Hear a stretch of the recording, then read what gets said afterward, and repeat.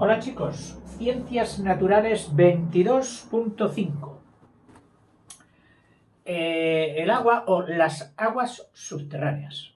En el libro donde estaba y donde normalmente cojo estos vídeos, el agua subterránea solo tenía una página, pero tenía algún concepto que me hizo ir a buscar a otras fuentes, lo cual hago con muchísima frecuencia, no, con total ya habitual.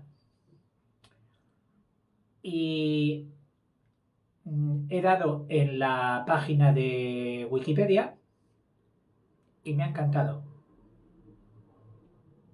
Y además he considerado que este capítulo de las aguas subterráneas está lleno de aplicaciones prácticas para la vida normal y cotidiana nuestra.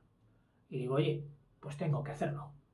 Así que he dejado el libro que descanse y me he cogido las paginitas de la Wikipedia, he subrayado un poquito, para no daros el tostón con una simple lectura, aunque a lo mejor el tostón sale igual, pero bueno. Mira, las aguas subterráneas, no hay más que aludir a la palabra, no, subterráneas, debajo de la tierra. Dicen que es mucho más importante de lo que al principio uno puede imaginar, puesto que es mayor la cantidad de agua subterránea, por supuesto, estamos dentro del continente, no de los mares, mayor que la retenida en lagos o la circulante de los ríos, que se llama a la de los ríos.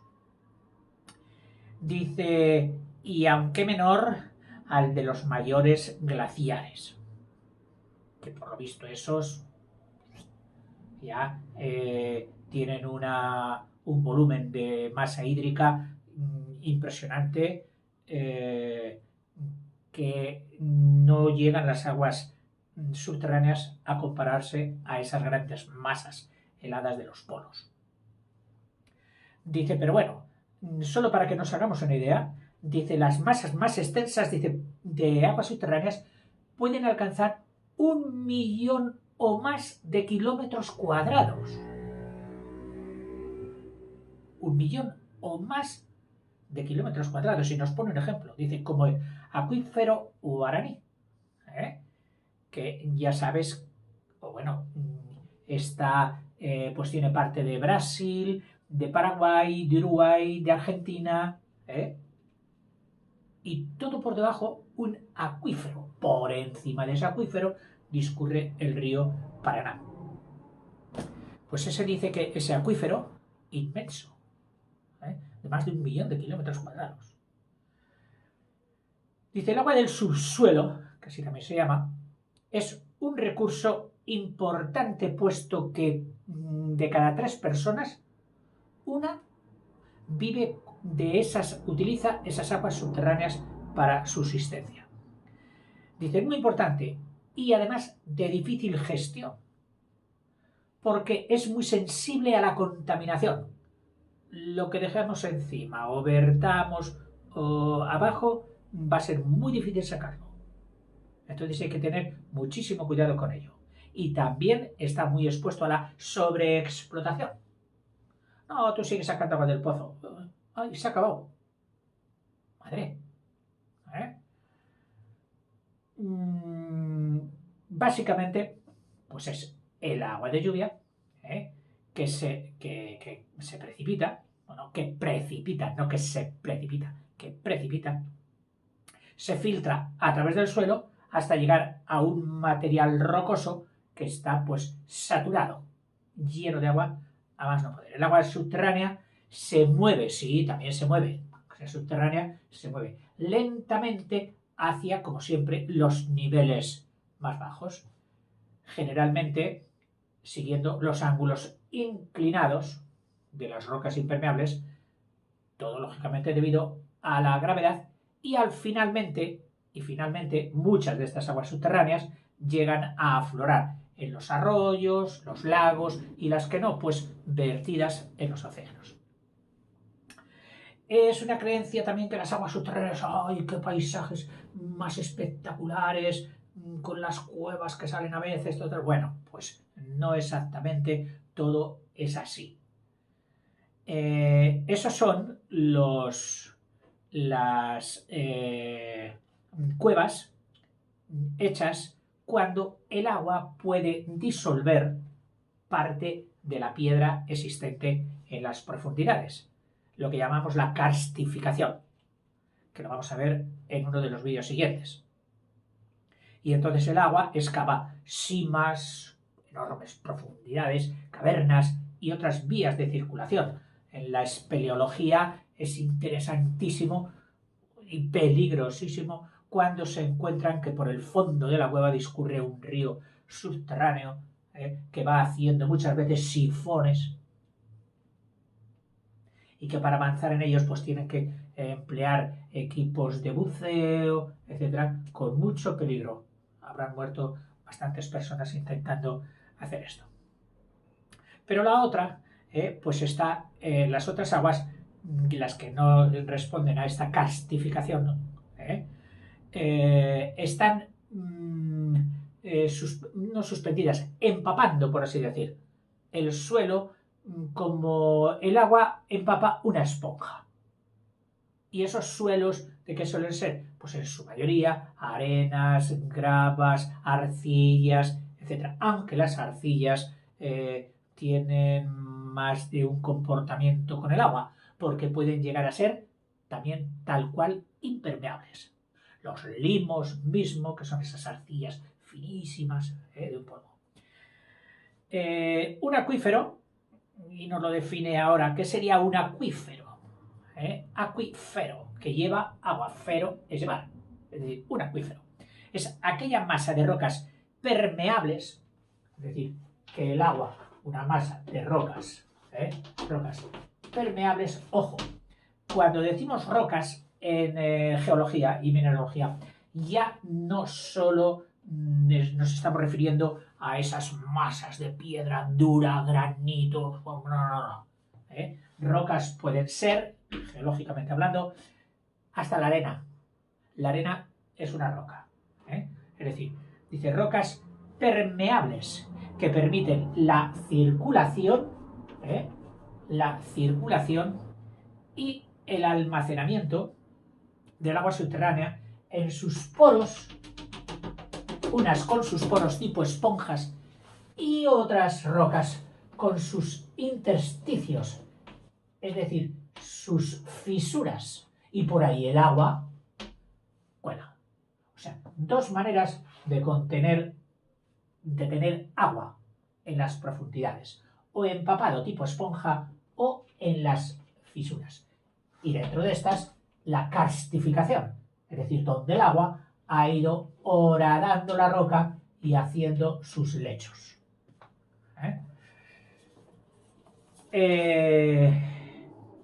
La estructura de un acuífero, y por poner un poquito un esquema que nos aclare para las siguientes líneas, lo vamos a simplificar al máximo. Recuerda, como siempre te digo, que esto solo es un poquito de lo que podemos dar de aguas subterráneas. Una de las asignaturas fuertes de las ingenierías están en las aguas subterráneas y en la repercusión no solo ya de esas mismas aguas, sino cómo inciden en el resto de los materiales. El grado de humedad en cuanto a su resistencia, no es lo mismo una arcilla seca que una arcilla húmeda, cómo resistirá. Ha habido ciudades que a base de extraer y de secar los acuíferos y las aguas subterráneas del subsuelo, han perdido esas tierras que estaban debajo, esas rocas que estaban debajo, han perdido consistencia y la ciudad, por decirlo así, a grosso modo, ha sufrido como si se tambalease. Le hemos quitado resistencia de abajo. Y en algunos casos en los más graves, pues ha habido que poner apoyos inyectados en el subsuelo, como si fueran vigas o columnas de hormigón que quedan ahí fabricadas y llegan a apoyarse en zonas más consistentes para que determinado edificio no se venga abajo. Imagínate la importancia que tendrá esto pues en una Venecia que vive entre las aguas. Hay una zona, hay una zona de saturación. Recuerda que saturar es meter un componente en contacto con otro hasta su límite de aceptación. Estoy saturado, ¿qué significa? Que ya no aguanto más. No, pues, hasta su límite de recepción. Es la situada encima de la capa impermeable. Es decir, aquí hay una roca. Bueno, las pongo llanas, pero es que esta roca puede estar inclinada, de cualquier manera. Esta es la roca impermeable. Permeable significa que deja permitir, que permite la permeabilidad, y que no permite. Es decir, el agua llega aquí y dice, no, ya no pasas más, hija. Ahí se acabó tu camino hacia el fondo. Es una roca impermeable. Donde el agua rellena completamente, aquí el agua rellena completamente los poros de la roca. Es decir, esta zona es la zona de saturación. El límite superior de esta zona, esta línea que yo he hecho aquí, que por supuesto tampoco tiene por qué tener esa horizontalidad como las aguas superficiales, ya que depende también de otros factores. El límite superior que la separa de la zona badosa, esta es la siguiente, la zona badosa o zona de aireación. Es decir, donde el elemento atmósfera, donde el elemento aire es capaz de entrar. Y ahí el aire está mezclado pues con la tierra. Así que tenemos zona impermeable, roca impermeable, zona de saturación donde el agua impregna,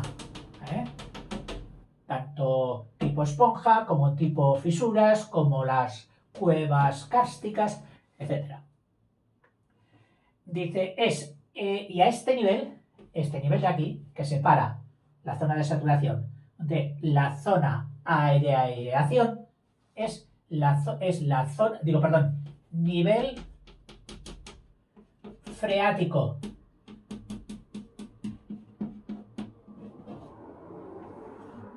Nivel freático. Y se llama freático porque frea es una palabra griega que significa pozo.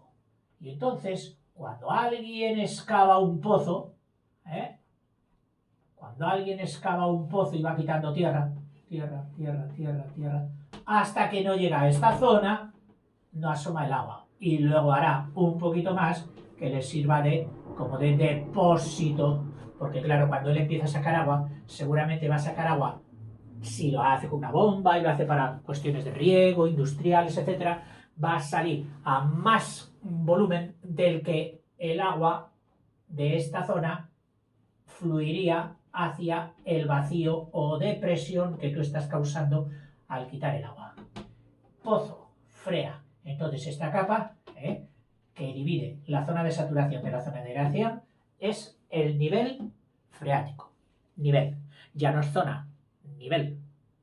Es decir, una lámina imaginaria, freática. Cuando la roca permeable donde se acumula el agua se localiza en dos capas permeables, impermeables, atento, imagínate como los estratos de la Tierra hacen las formas que les da la gana a ellos, tú imagínate que aquí, debajo de donde están los arbolitos, y los pastos y discurren los ríos y todo lo demás, pues hay una roca que tiene esta concavidad, pero encima de ella, o sea, esta sería ya lo impermeable, aquí habría una zona permeable o de saturación, una zona de saturación, pero coincide que hay otro estrato aquí, paralelo a este,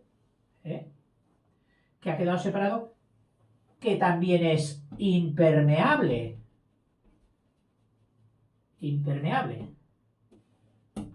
Con lo que las aguas que por aquí tienen entrada se están acumulando, pues aquí, en esta zona, en esta zona, y tienes todo esto lleno de agua. Incluso puede ser que la superficie esté aquí mucho más próxima. Luego por aquí pues daría lugar a otros estratos tal. Total, ¿qué tenemos? Mira, cojo esto.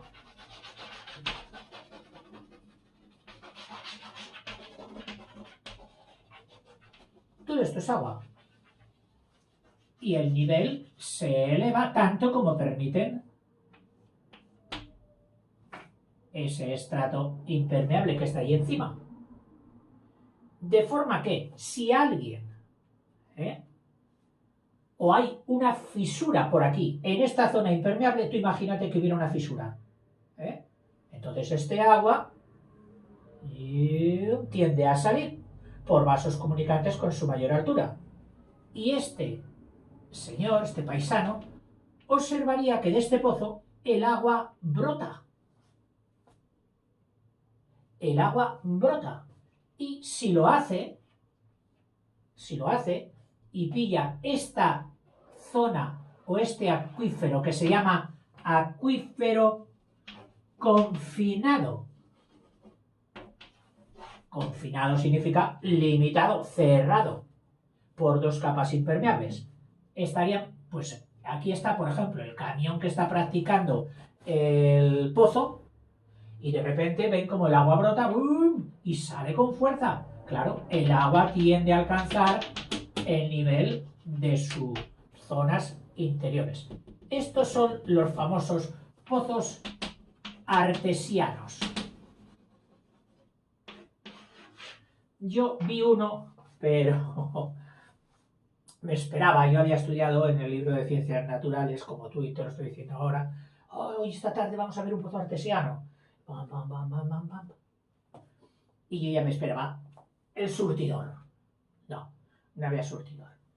Era pues un pozo, evidentemente, que al revés de todos los pozos que yo había conocido en mi infancia, aquellos que mis padres me decían, no te asomes al pozo, no te arrimes al pozo, y con el que la imaginación infantil soñaba por la noche con sus temores, y uno de los mayores temores era que te caías a un pozo. Bueno, pues no era como estos pozos que yo conocí. En el pueblo donde yo vivía de crío había muchos. Había incluso casas que tenían su propio pozo, otros pozos que les habían colocado el artilugio ese que ponen, que es la noria, para sacar con los famosos cangilones o cajas de chapa que van bajando en cadena, cogen agua, la suben y la vierten al lado. Eso era la noria. Bueno, pues este pozo que vi tenía el brocal, es decir, la parte del pozo que se suele poner para no caerte,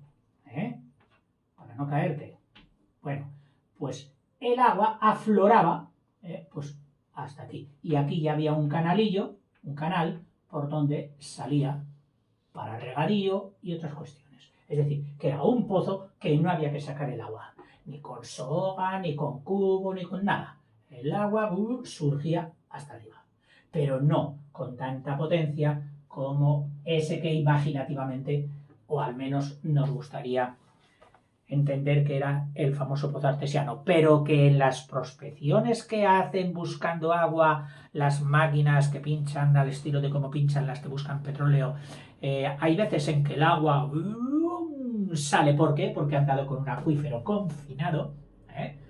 Y entonces lo primero que tienen que hacer es tener preparado el tapón, tapar, que no se escape el agua, que el agua si la estamos buscando es porque es un tesoro. Los acuíferos ya hemos dicho que podían ser porosos. Lo mejor es ponerte aquí la palabra esponja, y fisurales. Fisurales, te pongo aquí grietas, y las cuevas o conductos kársticos, porque el agua bueno, luego también dice que hay otros que no se llaman acuíferos, se llaman acuitardos, que tienen agua subterránea, pero menos, dice, son malos transmisores, es decir, que retienen agua, pero el agua ahí está muy aprisionada. En fin.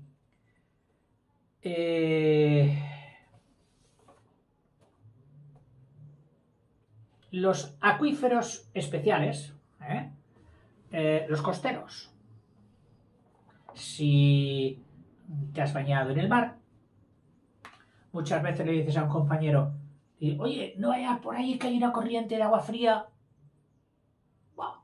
Y si vas con gafas, notas perfectamente la irisación, una irisación del agua dulce que sale por algún hueco en el mar o por la costa, que se vierte al mar. Y ahí, cuando te metes, tienes que remar rápido para entrar en calor. Bueno, pues esos son también acuíferos que van a dar al mar. Dice, pueden ser libres, acuíferos libres, como puede ser uno de estos que baja por aquí, las tierras van bajando, y llegan a las aguas marinas. Entonces, este agua del acuífero es lógico que cuando llegue a la costa desemboque también ahí. Y estas aguas, pues estas tierras se habrán ido rebajando. A su vez, el agua de mar también hará una infiltración hacia la tierra, metiéndose. Es decir, aquí habrá un flujo tanto de agua dulce hacia el mar como de agua salada hacia tierra. Lo sabemos muy bien aquellos que hemos pasado algún periodo cerca del mar, en zonas poco montañosas y donde casi todo el agua potable se coge de pozos. ¿Qué ocurría? Que el señor que hacía el pozo, para proveernos de agua, cuando llegaba aquí, ya tengo agua, pero ojo porque estaba cerca del mar. Entonces, cuando el agua de lluvia llenaba en su mayoría de volumen el contenido de este pozo, nosotros teníamos un agua potable que el señor de la empresa nos distribuía a las casas y decíamos, bueno, no es tan mal este agua. Pero cuando había mucha densidad de población y este señor castigaba al pozo más de lo normal, sacando más agua de lo normal, entonces era el agua del mar el que se infiltraba aquí, y aquellos días prácticamente, bueno, beber nunca. La utilizábamos a lo mejor como venía potabilizada, es decir, con los ¿cómo se dice? Los cuerpos químicos necesarios para su acción bactericida, vamos, lo que se llama potabilizar. Pues sí, para cocinar sí, pero para beber, imposible. Imposible. Se notaba mucho el agua. Últimamente, pues ya se subsanó, trayendo pozos más retirados del mar, donde la cuña de agua salada que se infiltra no llegase con la misma facilidad. Esto se llama la cuña salina. Y se llama cuña pues porque evidentemente pues tendrá una forma así en cuanto a su influencia. Aquí más, y aquí pues menos. Todavía sí hay cierto grado de salinidad. Y hoy te analizan todo. Hoy te cogen el análisis del agua. Fíjate, en cada botella que puedes beber de agua mineral, dices análisis de la botella, o sea, análisis del agua. Y 25 o 30 cuerpos químicos, pues uno de ellos sería el cloruro de sodio, es decir, sal. La recarga, es decir, cómo se llena un acuífero. Evidentemente, cuando llueve. Dice, se renueva en general desde la superficie. Llueve y se va metiendo ahí. Dice, ahora bien, la renovación de un acuífero se produce lentamente si la consideramos con los depósitos de agua superficiales. O sea, un acuífero no se llena tan rápidamente como puedes rellenar tú una piscina o un estanque. Es lógico. Dice, o como se llena un lago o un curso de agua, es decir, como vemos que ha crecido el río. No, el acuífero no se llena con esa celeridad, con esa prontitud. El tiempo de residencia, que así se llama, es el periodo necesario para renovar por completo un depósito a su tasa de renovación normal. Es decir, a ver, no, vamos a estar ahora 6 meses sin coger agua de estos acuíferos. ¿Para qué? Para que se vaya reponiendo lentamente. En algunos casos, la renovación está interrumpida por la impermeabilidad de formaciones geológicas superiores. Fíjate, puede ser que un acuífero que está aquí debajo, aquí en la zona de la superficie, tenga unas capas de limos húmedas, incluso encharcadas, pero que por su acidez y compacidad de esas partículas tan finas, forman una capa impermeable que el agua, que parece que está abundante por la superficie, no deja que penetre en los acuíferos internos. Es decir, que si excavamos aquí, encontraríamos parte seca, no saturada, semejante a la zona de aireación, antes de encontrar la zona saturada del acuífero. Fíjate, un agua que impide el paso de otra agua.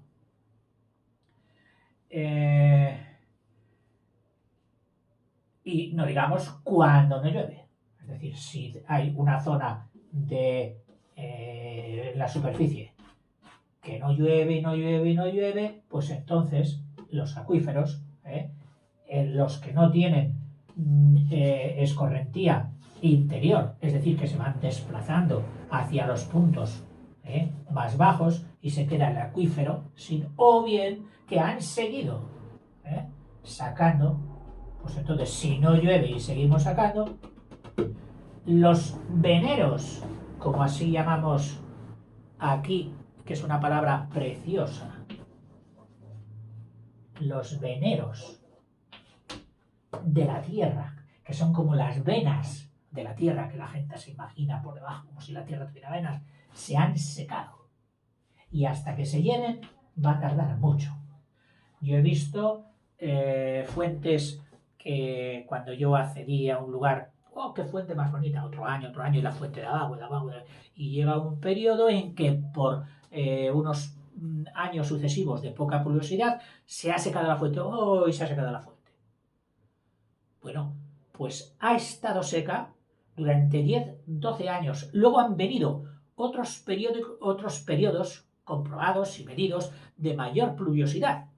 Pues todavía la fuente no manaba. ¿Por qué? Porque estaban tan secos los veneros, tan seca esta zona, que era que tendría que estar saturada, que hasta que no se ha llenado no va a salir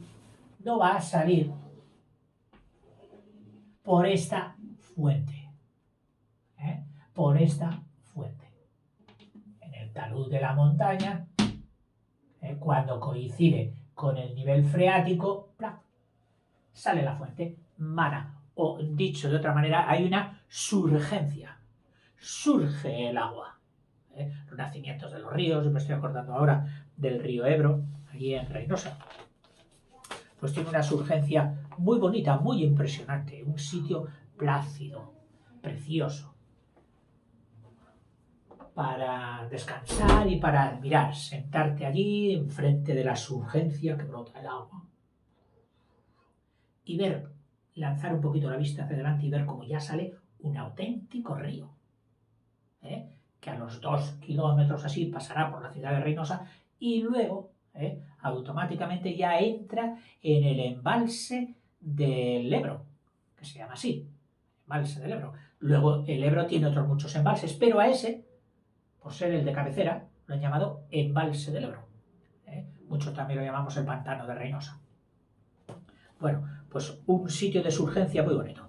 Y los ríos, que son un poquito grandes así, suelen tener nacimientos, pues algunos espectaculares. Si vas en la época de lluvias, pues todavía más.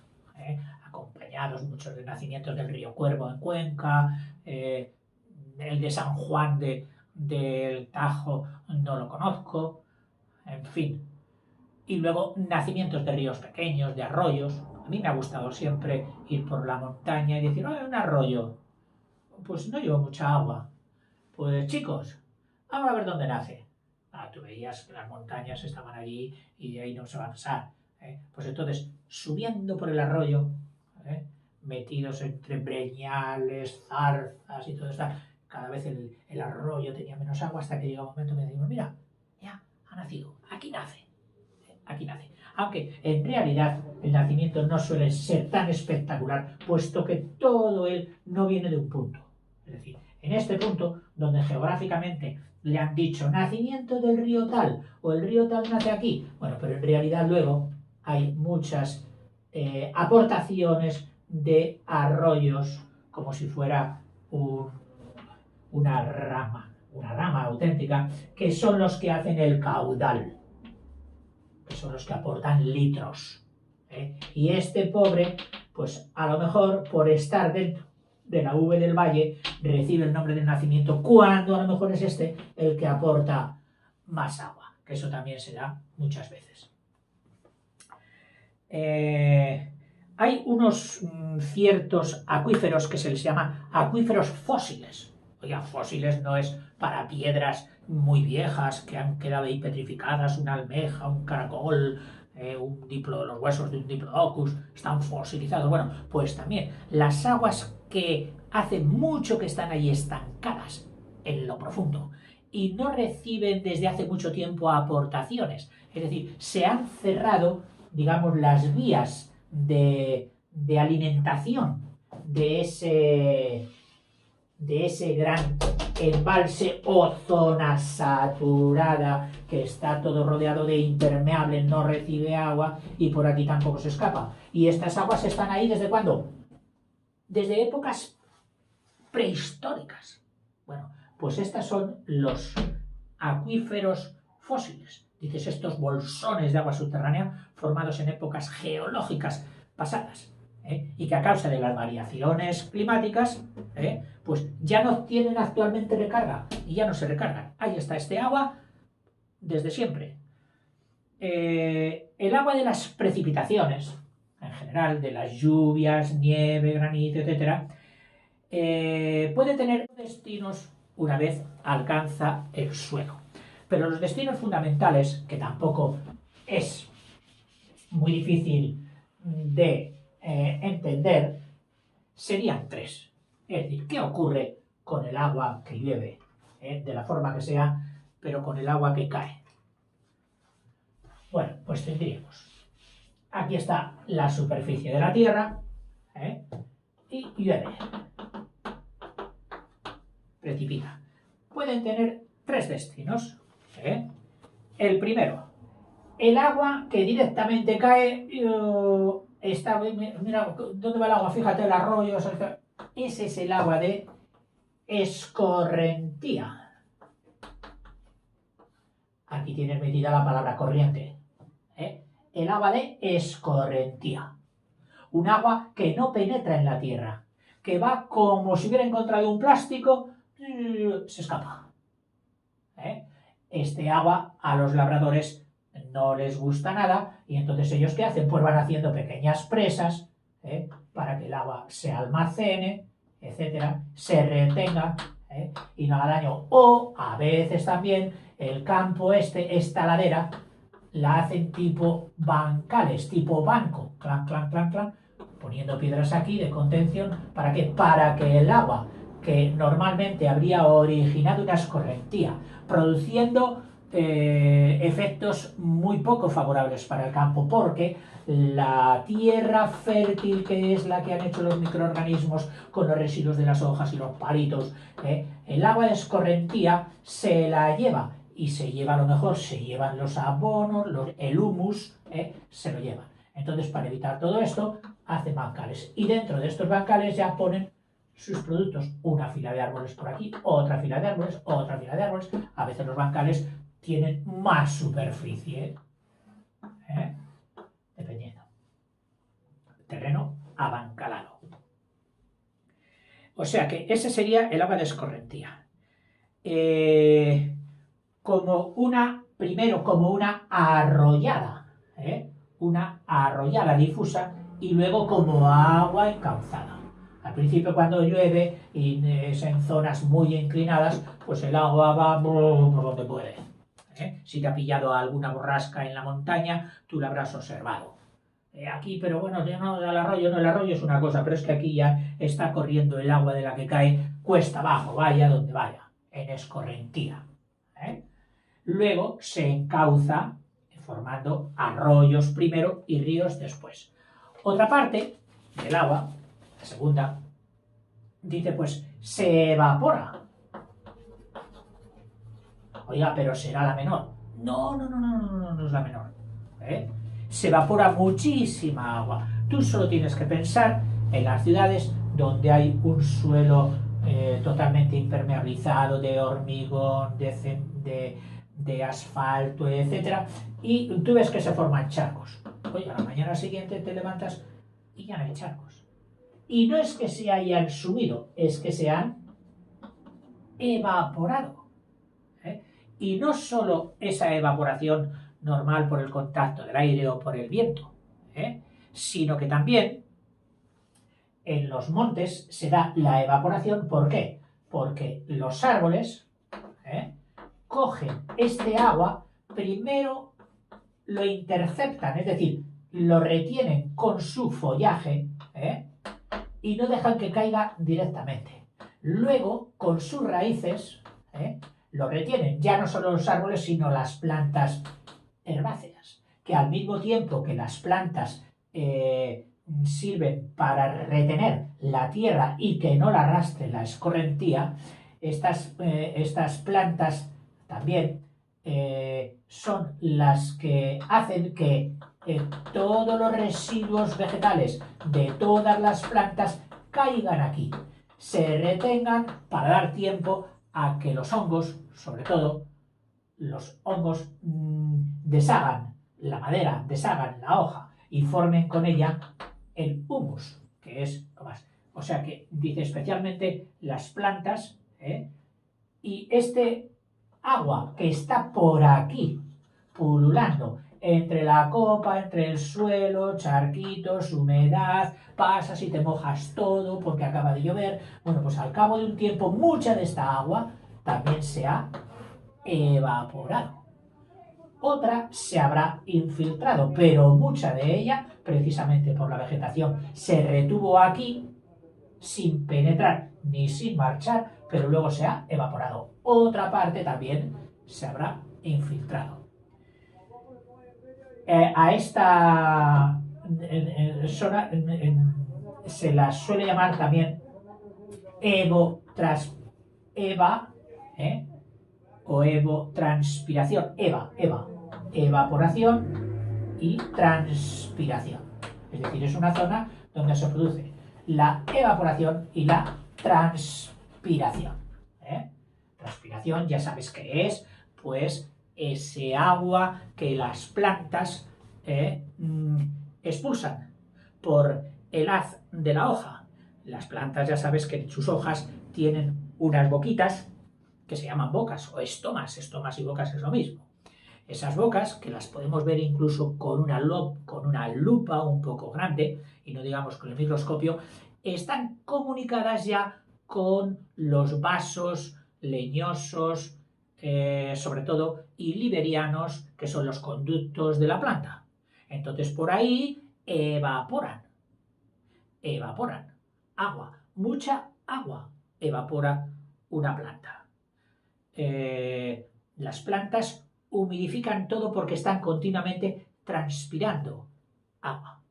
Gracias a esa transpiración y gracias también a la capilaridad que no te lo he dicho, pero tengo que hablar de ella no solo en las plantas, sino también en la zona saturada y en la de aireación.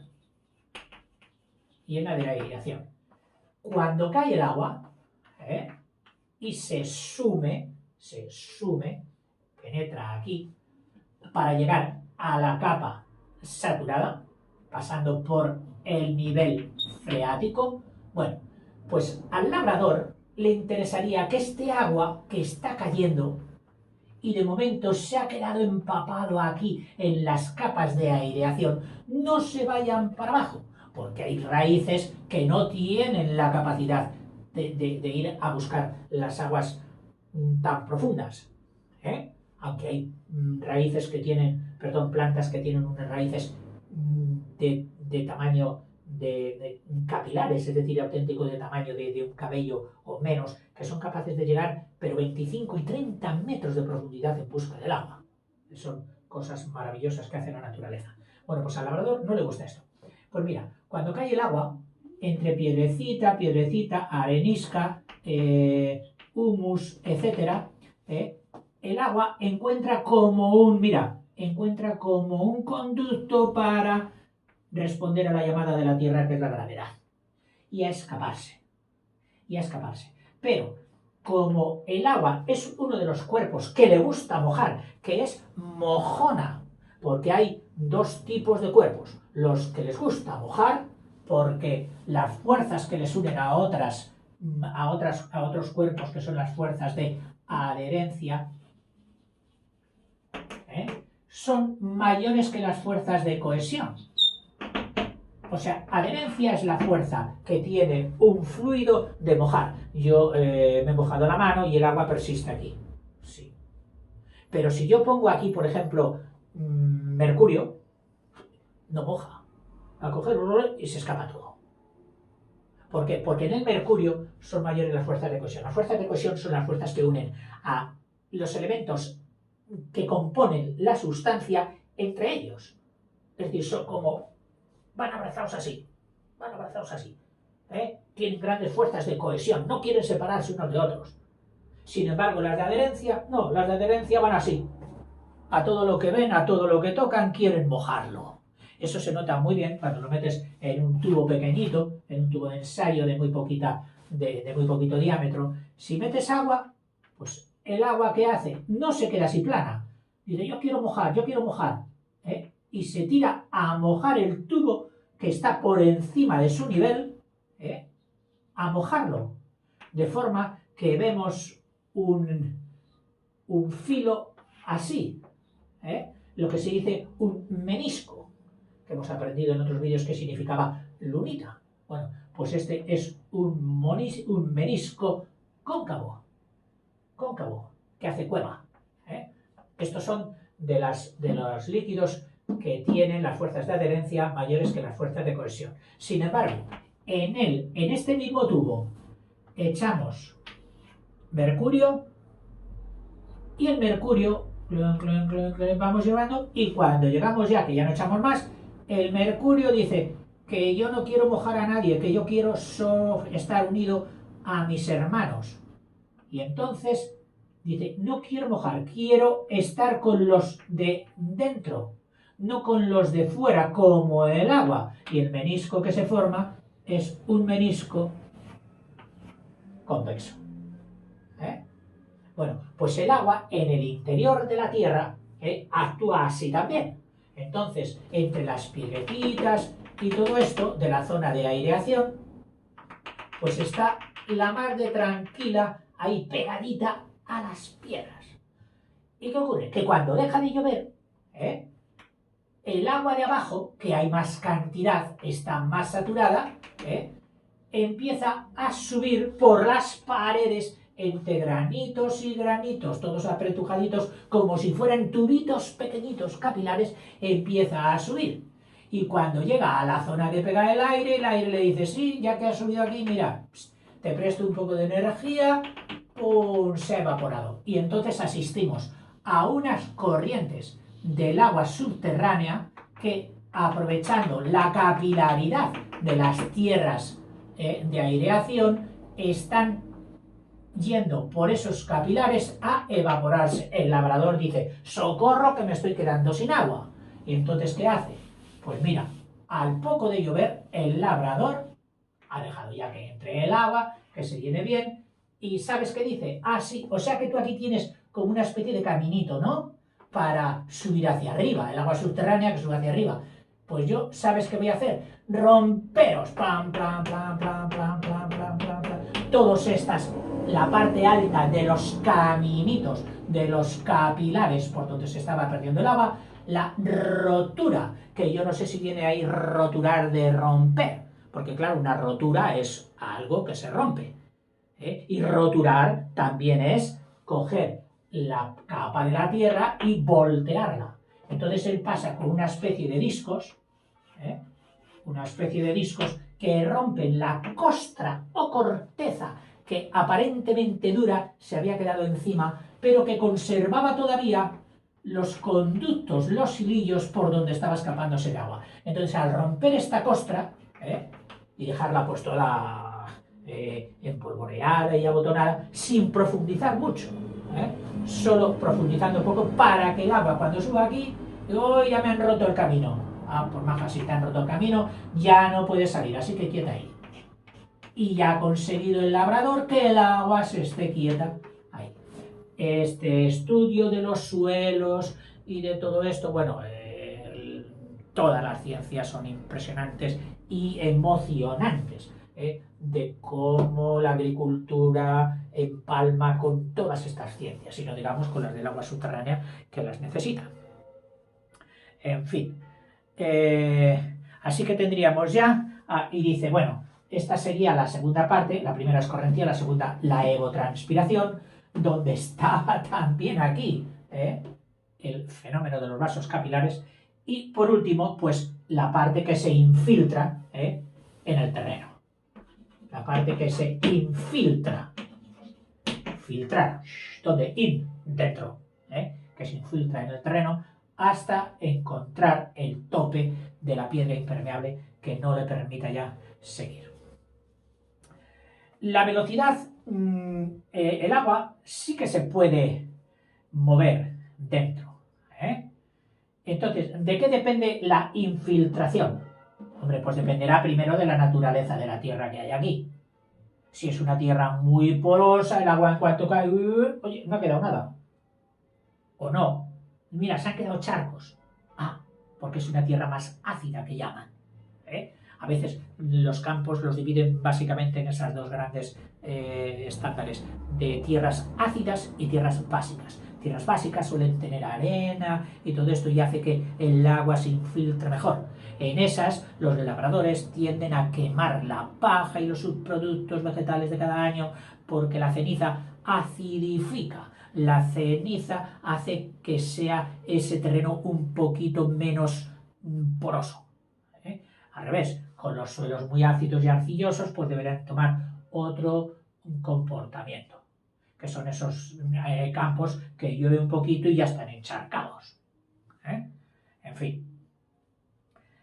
La velocidad a la que el agua se mueve depende... A ver, ¿de qué depende la infiltración? Hombre, pues depende de la litología. Lito es piedra.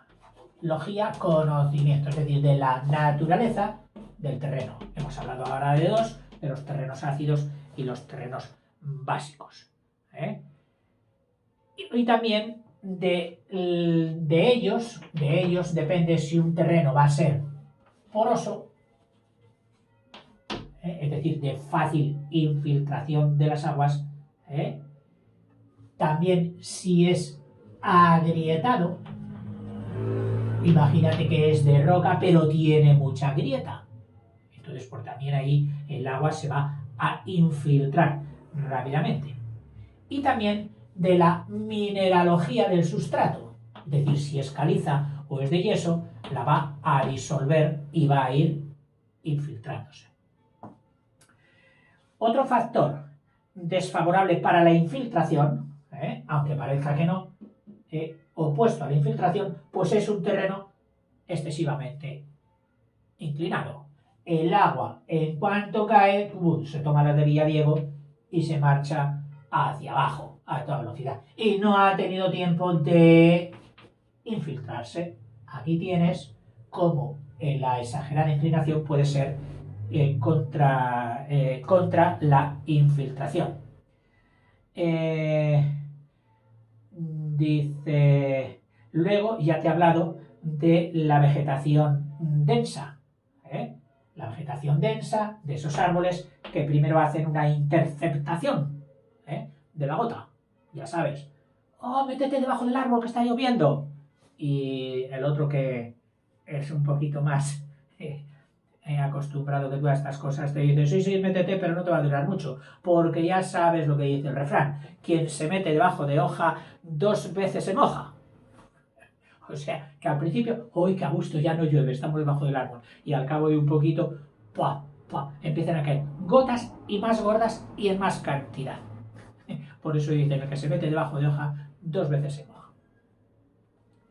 Bien, o sea que primero el árbol hace de interceptación. Dice, pero extiende en el tiempo el efecto de las precipitaciones.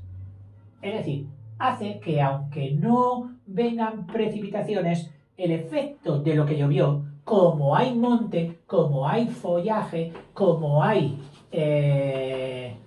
selva o como hay bosque cerrado, esas lluvias han durado más. Es decir, han retenido el agua ahí. Reducen la fracción de la escorrentía, por supuesto, y aumentan el de la filtración. Por eso los montes, a ser posible, deberían estar todos poblados, de arbolado. Otro efecto favorable de la vegetación tiene que ver con las raíces, especialmente las raíces densas y superficiales de muchas plantas herbáceas, de las hierbecitas esas que están por ahí. Y también las plantas favorecen la infiltración con la formación del humus del suelo. Es curioso cuando vas caminando por el monte, que vas a lo mejor por un camino y aquí la máquina dejó un talud, es decir, un corte totalmente vivo. Y ahí observas, en la capa alta donde todavía hay árboles, observas la tierra negrita de humus negra, luego otra más clarita ya, luego grava, luego tal, y por último ya arcilla o piedra, que es lo que la máquina te ha dejado para que tú y los camiones y los coches piséis. Y aquí, en este corte o talud, se observan todos los pasos del terreno, del suelo. Esa ciencia que se llama la edafología, la ciencia de las ramas de las ciencias naturales que estudia los suelos. Bueno, cuando dice, la velocidad a la que el agua se mueve depende del volumen de los intersticios o porosidad y del grado de intercomunicación entre ellos. Lógico. Los dos principales parámetros de que depende la permeabilidad, que son esos: el tamaño del grano, la naturaleza del grano y los huecos que hay entre los granos o entre las piedras o las rocas que componen ese suelo. Los acuíferos suelen ser materiales sedimentarios de grano relativamente grueso, es decir, los acuíferos normales están entre gravas, arenas y limos, que son las tres, la división hecha por tamaños. De piedra más bien grande, gravas; de piedra pequeña, arenas; y de piedra finísima, limos. Si los poros son suficientemente amplios, los poros son suficientes, una parte del agua circula libremente a través de ellos, impulsados ¿por qué? Pues por la fuerza constante que no somos capaces de quitarnos, que es la de la gravedad.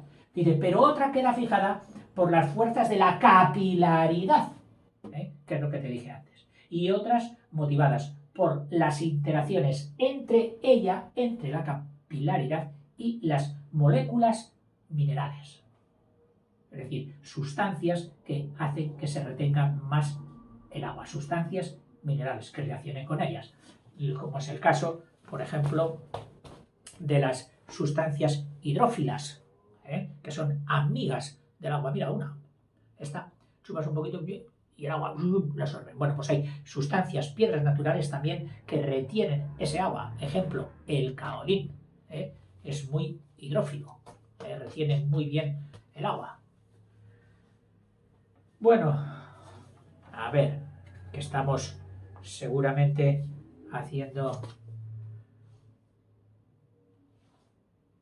del agua y de las descargas, ya te he dicho, te he hablado de la sobreexplotación, de lo importante que es la reforestación, selva, volver a hacer selva, reforestar.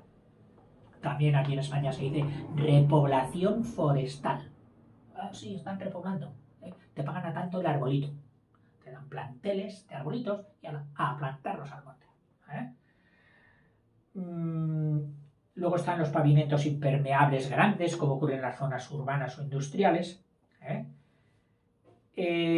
A veces, cuando se practica un pozo y se extrae agua con prudencia, observamos que al principio el nivel del pozo disminuye. Hay que ver qué brillante se ha vuelto. Ya no sé si es la pizarra o es la tiza. Digo que cuando empiezas a chupar agua, el nivel del pozo baja. Y luego llega a un límite por debajo del cual tú ya no debieras sustraer más agua, quitar más agua y dar tiempo a que se reponga. Es decir, tienes que lograr un equilibrio entre la extracción y la recarga. Todo lo que no sea un equilibrio, pues será perjudicial y podremos decir que hay una sobreexplotación del acuífero. Lo que hay que tener muchísimo cuidado es con la contaminación de las aguas subterráneas. Yo cuando me enteré de que una pila normal con su mercurio era capaz de contaminar no sé cuántos cientos de metros cúbicos, dije, lo primero que te voy a guardar en mi casa, las pilas. Y siempre tengo ahí una cajita, pila que sacamos que está botada, pum, la cajita. Y de vez en cuando, pues, llevarlas a los sitios preparados ya por las autoridades para que este mercurio no llegue al agua. Eso, que es una de las contaminaciones peores. Pero también hay que tener en cuenta otras. Mira, siempre que dejamos porquería encima, no digamos, bueno, eso nada, no, eso va a llover y va a haber algo de ese cuerpo que tú has dejado que se va a ir a los acuíferos y los va a contaminar. No hablemos ya de las otras contaminaciones más importantes. Mira, te hablo de algunas. Contaminaciones, por ejemplo, la actividad agrícola. Los nitratos, que son esos abonos muy buenos para las plantas, sí, pero que se quedan ahí en la tierra. El amoníaco, que en parte forman los nitratos, sabes que dan lugar al amoníaco. Los pesticidas, en este campo que ha habido mucho que criticar porque, ay, qué bien, oye, se echa esto y ya no salen las malas hierbas. Sí, pero estábamos haciendo polvo el campo.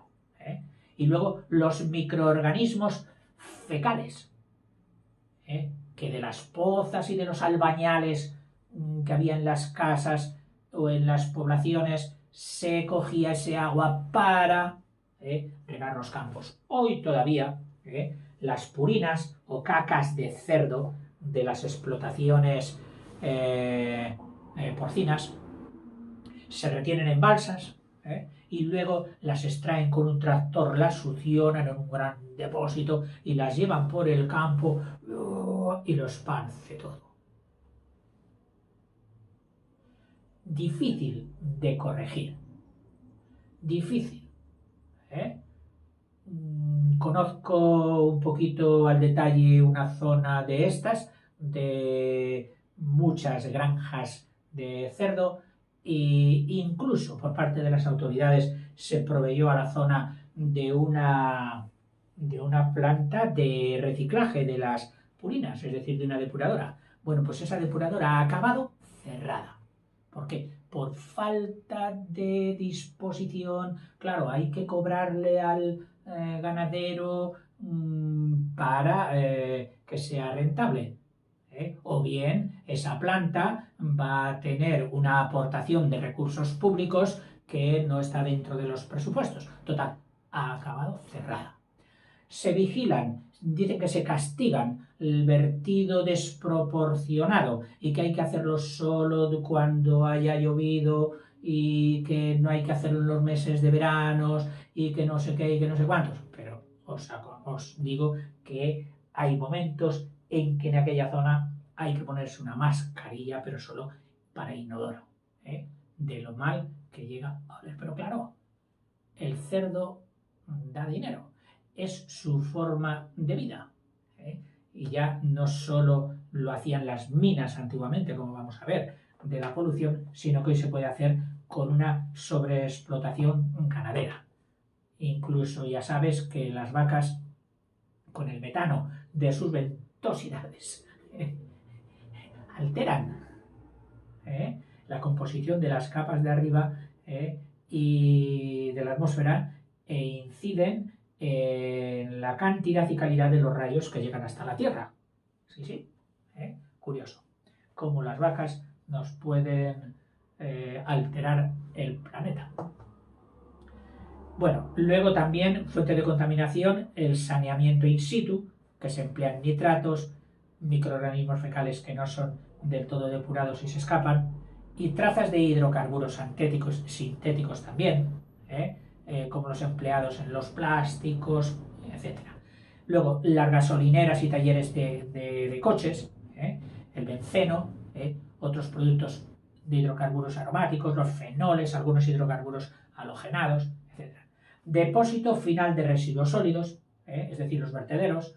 Allí pues hay amonio, salinidad, algunos hidrocarburos, metales pesados. Las industrias metalúrgicas, con el agua que utilizan para enfriar los metales, para limpiar, etc., pues ahí suelen verterse amonio, de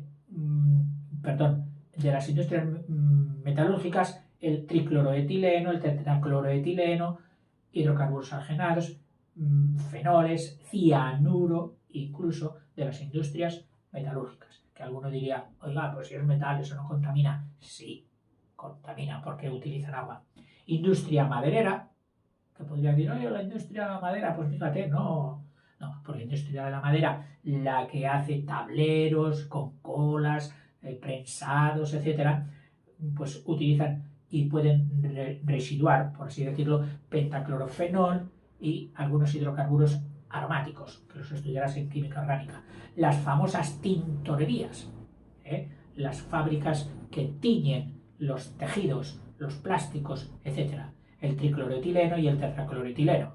La manufactura de pesticidas, que ha sido rebajada la potencia del pesticida, de la forma que los agricultores que ya últimamente me encontraban en el campo decían que ahora los pesticidas no hacen nada.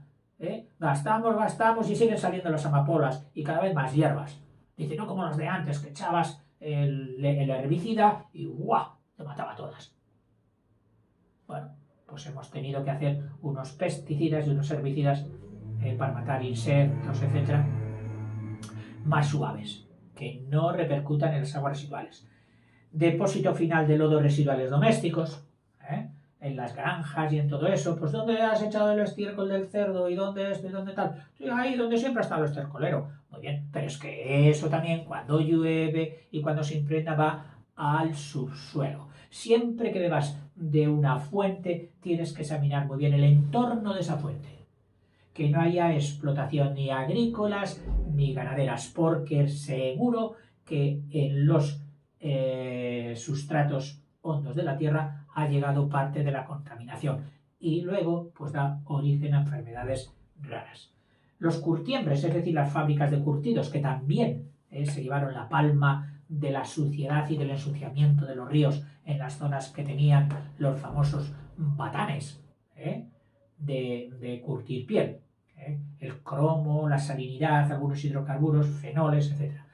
La explotación y extracción de petróleo o de gas. ¿Por qué? Pues porque también no es que utilicen agua, es que, entre otras cosas, ya sabes que el petróleo sale con agua, porque en el fondo de las bolsas de petróleo, en la parte superior suele haber gas, luego suele estar el petróleo y por último agua salada. Y hay una zona intermedia donde el agua salada está muy mezclada con el petróleo. Claro, el productor no quiere dejar el petróleo que está mezclado aquí y saca ambas cosas. Entonces, luego hay unos momentos de unos procedimientos de decantación, normalmente de decantación por niveles de densidad, donde el petróleo crudo se queda encima y el agua va abajo. ¿Qué hacen con ese agua? Agua salada, la tiramos. Y entonces se da también ese efecto. Y por último, y también gracias a Dios en algunos países muy corregidas, la minería de extracción a cielo abierto o en galerías, se procedía a lavar el carbón. De forma que los ríos de las zonas mineros hubo unos años, que algunos todavía más mayores recuerdan, en que aquellas aguas bajaban totalmente negras. Bueno, en fin. Y ya como Wikipedia suele hacer unos estudios bastante buenos de todo, pues dice que la fauna, oiga, pero es que hay por ejemplo, en estas zonas o en la parte saturada o en las cuevas y los ríos kársticos, ¿puede haber algún animal? Pues dice que sí. Dice, aunque no suele ser, bueno, a esta fauna la llaman la estigio o estigofaunia, estigofauna, por aquella laguna mitológica, la laguna Estigia, que separaba a los vivos de la muerte, que había que pasar para ir al otro lado de la vida. Bueno, pues entonces a estos les llaman los animalitos de las lagunas Estigia, la estigofauna. Se compone fundamentalmente de crustáceos, es decir, cangrejitos, como el Niphargus, aunque también hay gusanos, insectos y otros grupos de invertebrados. Dice, aunque no es usual, también se da el caso, por ejemplo, en Australia se ha encontrado de vertebrados, peces que son vertebrados, peces ciegos, totalmente ciegos. Claro, no necesitan el órgano de la vista para nada. Dice, la mayoría de estas especies pasan toda su vida en aguas subterráneas, no encontrándose en ningún otro sitio más que allí. Estimaciones de reservas y consumo. Dice, ¿hay mucha agua subterránea? ¿Estamos haciendo un buen consumo de ella? Dice, pues bien, según un estudio publicado en la revista Nature Geoscience, estima que el agua subterránea puede abarcar hasta un volumen total de 23 millones de kilómetros cúbicos y se ubica a 2 kilómetros bajo la superficie. A 2 kilómetros bajo la superficie en las zonas más profundas. Dice, esa cantidad, si la sacáramos y dijéramos, vamos a chupar toda el agua subterránea que hay, la vamos a sacar, venga, toda al mar. Dice que subiría el nivel del mar 50 metros. Solo con las aguas subterráneas. 50 metros. Una barbaridad. Dice la UNESCO, que se preocupa de estas cosas, en el 92 dijo que no solo un tercio de la población, sino más del 50% de la población estaba siendo abastecida por aguas procedentes de acuíferos.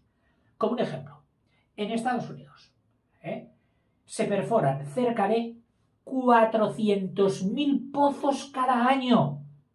Ahora, no te imagines los pozos grandes, redondos, no. Hoy son pinchazos en el suelo de un diámetro, una cosa así.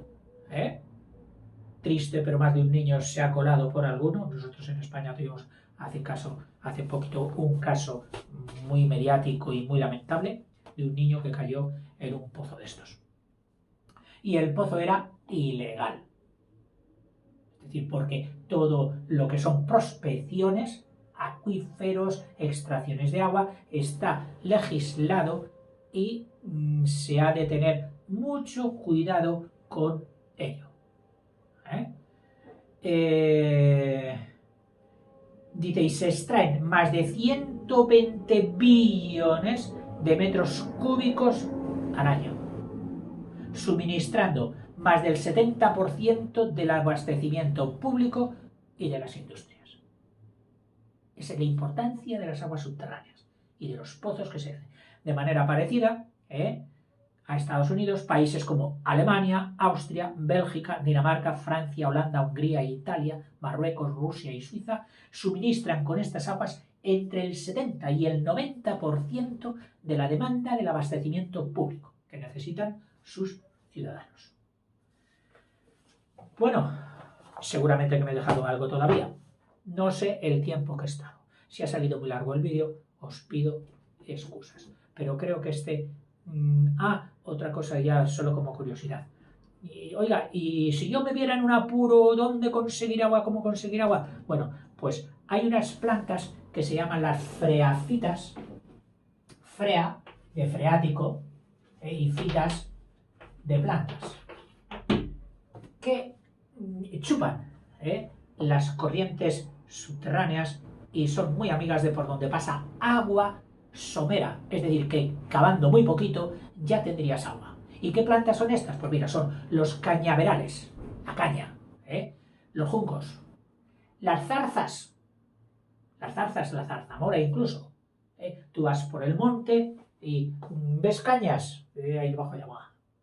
¿Ves zarzas? Hay un grado mayor de humedad. ¿Ves tomillo, romero, cactus? Ahí no hay agua. Pero si ves estas otras, sí. Y en cuanto a árboles, también, aunque suelen estar en zonas más bajas, de la ribera ya de los ríos, pues si es una zona donde se da bien el chopo, el álamo, ¿cómo se dice? El aliste que llaman unos, ahora no me sale, el fresno y todos estos árboles, indica que hay buenos acuíferos debajo y además muy buenos para coger aguas potables, por ejemplo, para un pueblo. Aunque ya sabes que estas aguas que en algunos sitios pueden beberse directamente del pozo, nunca es tampoco recomendable. Siempre las autoridades en los pueblos las someten ya a un proceso de potabilización. Medido a veces, pues, con vertido químico, mesurado y otras veces también con rayos, incluso bactericidas infrarrojos, etcétera, para matar aquello que... Y luego también, por supuesto, con un filtrado. Y que conste que el mejor filtrado que puede haber para potabilizar agua es el filtrado de la naturaleza. Es decir, si tú quieres hacer un filtro, solo tienes que coger una especie de cribas y meter en las superiores gravas gruesas. Luego gravas más finas, luego arenas gruesas, luego arenas finas y luego por último arenas más finas todavía. Echas agua por arriba y por filtración el agua que te resulte después de haber pasado todo eso será un agua ya sin partículas. Estamos en partículas físicas. Otra cosa es la depuración química. Para la depuración química, si tiene sales minerales adecuadas o no, patógenos, bacterias, etc. Bueno, aunque sabemos también que hay otras bacterias que nos ayudan mucho, que son las bacterias precisamente empleadas para la depuración. Esas bacterias que en los ríos antiguamente actuaban solitas, siempre que al río no se le sobrecargara. Cuando no teníamos detergentes fuertes, que solo teníamos el jabón de toda la vida de sosa, y se vertían a los ríos, y los ríos salían sucios del vertido de un pueblo, pero cuando llegaban al pueblo del siguiente ya estaba el agua súper limpia, habían actuado las bacterias, esas bacterias que son la base esencial de las depuradoras. Las depuradoras solo son renacimiento de bacterias, es decir, hacer como tenemos que lograr que nazcan millones y billones de bacterias porque ellas en realidad son las que hacen la depuración.